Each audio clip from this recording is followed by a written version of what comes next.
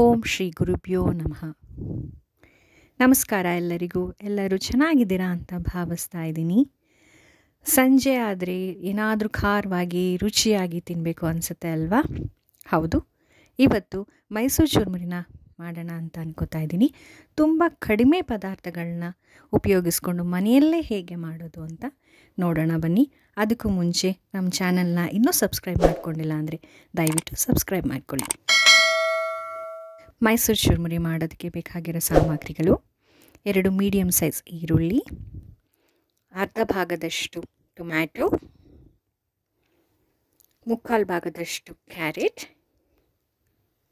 ಸ್ವಲ್ಪ ಕೊತ್ತಂಬರಿ ಸೊಪ್ಪು, 2 ಟೇಬಲ್ ಸ್ಪೂನಷ್ಟು ಕಡಲೆಕಾಯಿ ಬೀಜನ ಹುರಿದು ಸಿಪ್ಪೆ ತೆಗೆದಿಟ್ಕೊಂಡಿದ್ದೀನಿ, ಅರ್ಧ ಟೇಬಲ್ ಸ್ಪೂನಷ್ಟು ಸಾಂಬಾರು ಪುಡಿ, 1/4 ಟೇಬಲ್ ಸ್ಪೂನಷ್ಟು ಉಪ್ಪು ಮತ್ತು 1/4 ಭಾಗ ನಿಂಬೆಹಣ್ಣು, 1.5 ಟೇಬಲ್ ಸ್ಪೂನಷ್ಟು ಅಡುಗೆ ಎಣ್ಣೆ ತೆಗೆದಿಟ್ಕೊಂಡಿದ್ದೀನಿ. ಚುರುಮುರಿ ಅಂದಮೇಲೆ ಕಡಲೆಪುರಿ ಮೇನ್ ಇಂಗ್ರೀಡಿಯೆಂಟ್ ಆಗುತ್ತೆ.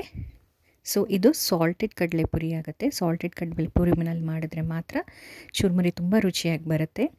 ಇದಕ್ಕೆ ಅಳತೆ ಬಂದು ನಾನು 250 ml ಆಗುವಷ್ಟು ಲೋಟನ ತೆಗೆದಿಟ್ಕೊಂಡಿದ್ದೀನಿ. ಈ ಲೋಟದಲ್ಲಿ ನಾನು 2 ಲೋಟದಷ್ಟು ಕಡಲೆಪುರಿನ ತೆಗೆದಿಟ್ಕೊತಾ ಇದ್ದೀನಿ. ಸರಿ, ಹಾಗಾದರೆ ತಡ ಮಾಡೋದು ಯಾಕೆ, ಶುರು ಮಾಡೋಣ ಬನ್ನಿ. ಮೊದಲಿಗೆ ಒಂದು ಪಾತ್ರೆ ತೆಗೆದಿಟ್ಕೊಂಡಿದ್ದೀನಿ ಮಿಕ್ಸ್ ಮಾಡೋದಕ್ಕೆ.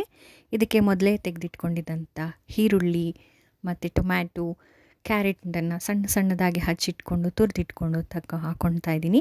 ನೆನಪಿರಲಿ, ಇದು ಬೇಗ ಬೇಗ ಮಿಕ್ಸ್ ಮಾಡಿಕೊಂಡು ಬೇಗ ಬೇಗ ತಿನ್ಕೋಬೇಕು, ಇಲ್ಲ ಅಂತಂದರೆ ಪುರಿ ಮೆತ್ತೆ ಆಗಿಬಿಡುತ್ತೆ. ಸೊ ತುಂಬ ಬೇಗ ಬೇಗ ಮಾಡಬೇಕಾಗತ್ತೆ.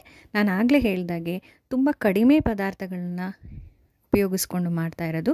ನೀವು ಬೇಕಾದರೆ ಇದಕ್ಕೆ ಕೋಡ್ಬಳೆನ ಮಿಕ್ಸ್ ಮಾಡ್ಕೋಬೋದು, ನಿಪ್ಪಟ್ಟನ್ನ ಮಿಕ್ಸ್ ಮಾಡ್ಕೋಬೋದು, ಅಥವಾ ಮಾವಿನಕಾಯಿ ಇಷ್ಟಪಡೋರು ಮಾವಿನಕಾಯಿನ ತುರಿದು ಹಾಕೋಬೋದು, ಪೈನಾಪಲ್ ಇಷ್ಟಪಡೋರು ಪೈನಾಪಲ್ನ ಕೂಡ ತುರಿದು ಹಾಕೋಬೋದು.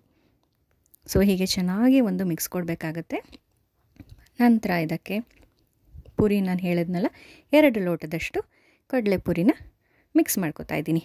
ಬೇಗ ಮಿಕ್ಸ್ ಮಾಡಬೇಕು, ಬೇಗ ಬೇಗ ಮಾಡ್ತಾಯಿದ್ದೀನಿ ನೋಡಿ. ಚುರುಮುರಿ ಸಂಜೆ ಹೊತ್ತಲ್ಲಿ ಟೀ ಜೊತೆಗೆ, ಕಾಫಿ ಜೊತೆಗೆ ಅಥವಾ ಹಾಗೆ ಕೂಡ ತಿನ್ಬೋದು. ಒಂದು ಸತಿ ಟ್ರೈ ಮಾಡಿ ನೋಡಿ, ನಿಮಗೆ ಮತ್ತೆ ಮತ್ತೆ ತಿನ್ನಬೇಕು ಅನಿಸುತ್ತೆ. ಇದ್ರ ಜೊತೆಗೆ ಕಡಲೆಕಾಯಿ ಬೀಜನ ಮಿಕ್ಸ್ ಮಾಡ್ಕೊತಾ ಇದ್ದೀನಿ ನೋಡಿ. ಒಂದು ಚೆನ್ನಾಗಿ ಮಿಕ್ಸ್ ಮಾಡಬೇಕು, ನೆನಪಿರಲಿ ಬೇಗ ಬೇಗ ಮಿಕ್ಸ್ ಮಾಡಬೇಕಾಗತ್ತೆ. ಇದ್ರ ಜೊತೆಗೆ ನಾನಿವಾಗ ಎತ್ತಿಟ್ಕೊಂಡಿದ್ನಲ್ಲ ಸಾಂಬಾರು ಪುಡಿ, ಅದನ್ನು ಮಿಕ್ಸ್ ಮಾಡ್ತಾಯಿದ್ದೀನಿ. ಖಾರಕ್ಕೆ ನೋಡ್ಕೊಂಡು ಹಾಕ್ಕೊಳ್ಳಿ. ಉಪ್ಪು ಕೂಡ ಅಷ್ಟೇ 1/4 ಭಾಗದಷ್ಟು 1/4 ಟೇಬಲ್ ಸ್ಪೂನಷ್ಟು ಉಪ್ಪು ಹಾಕ್ಕೊತಾ ಇದ್ದೀನಿ. ಉಪ್ಪು ಕೂಡ ಅಷ್ಟೇ ಮೊದಲೇ ಪುರಿನಲ್ಲಿ ಉಪ್ಪಿನ ಅಂಶ ಇರೋದ್ರಿಂದ ನೋಡಿಕೊಂಡು ಉಪ್ಪು ಹಾಕ್ಕೊಳ್ಳಿ. ಸಾಂಬಾರು ಪುಡಿನೂ ಅಷ್ಟೇ ನಿಮ್ಮ ಖಾರಕ್ಕೆ ಅನುಗುಣವಾಗಿ ಹಾಕ್ಕೊಳ್ಳಿ, ತುಂಬ ಖಾರ ಆದ್ರೂ ಚೆನ್ನಾಗಿರೋದಿಲ್ಲ. ಸೊ ಚೆನ್ನಾಗಿ ಮಿಕ್ಸ್ ಕೊಟ್ಟು ಕೊನೆಯದಾಗಿ 1 ಟೇಬಲ್ ಸ್ಪೂನಷ್ಟು ಎಣ್ಣೆನ ಸೇರಿಸ್ಬೇಕು. ಇದು ಅಡುಗೆ ಎಣ್ಣೆನ ನಾನು ಯೂಸ್ ಮಾಡ್ತಾಯಿದ್ದೀನಿ. ಇದ್ರ ಜೊತೆಗೆ 1/4 ಭಾಗದಷ್ಟು ನಿಂಬೆಹಣ್ಣನ್ನು ಕೂಡ ನಾನು ಸೇರಿಸ್ತಾ ಇದ್ದೀನಿ ಹುಳಿಗೆ. ಟೊಮ್ಯಾಟೊ ಹಾಕಿರ್ತೀರಾ, ಸೊ ನಿಂಬೆಹಣ್ಣನ್ನು ನೋಡ್ಕೊಂಡು ಹಾಕ್ಕೊಳ್ಳಿ. ಟೊಮ್ಯಾಟೊ ಇಷ್ಟಪಡೋರು ಸ್ವಲ್ಪ ಜಾಸ್ತಿ ಹಾಕೋಬೋದು. ನಂತರ ಕೊತ್ತಂಬರಿ ಸೊಪ್ಪು ಹಾಕಿ ಮಿಕ್ಸ್ ಮಾಡಿದ್ರೆ ರುಚಿಯಾದ ಖಾರವಾದ ಮೈಸೂರು ಚುರುಮುರಿ ಸವಿಯಲು ಸಿದ್ಧ. ಈ ರೆಸಿಪಿ ಇಷ್ಟ ಆಗಿದೆ ಅಂತ ಭಾವಿಸ್ತಾ ಇದ್ದೀನಿ. ಒಂದ್ಸಲಿ ಮನೆಯಲ್ಲಿ ಟ್ರೈ ಮಾಡಿ ರುಚಿ ಹೇಗೆ ಬಂತು ಅಂತ ಕಮೆಂಟ್ ಸೆಕ್ಷನಲ್ಲಿ ಕಮೆಂಟ್ ಮಾಡಿ. ಇಷ್ಟ ಆದಲ್ಲಿ ಲೈಕ್ ಮಾಡಿ, ಶೇರ್ ಮಾಡಿ. ಇನ್ನೂ ನಮ್ಮ ಚಾನಲ್ನ ಸಬ್ಸ್ಕ್ರೈಬ್ ಮಾಡ್ಕೊಂಡಿಲ್ಲ ಅಂದರೆ ದಯವಿಟ್ಟು ಸಬ್ಸ್ಕ್ರೈಬ್ ಮಾಡ್ಕೊಳ್ಳಿ. ಧನ್ಯವಾದಗಳು.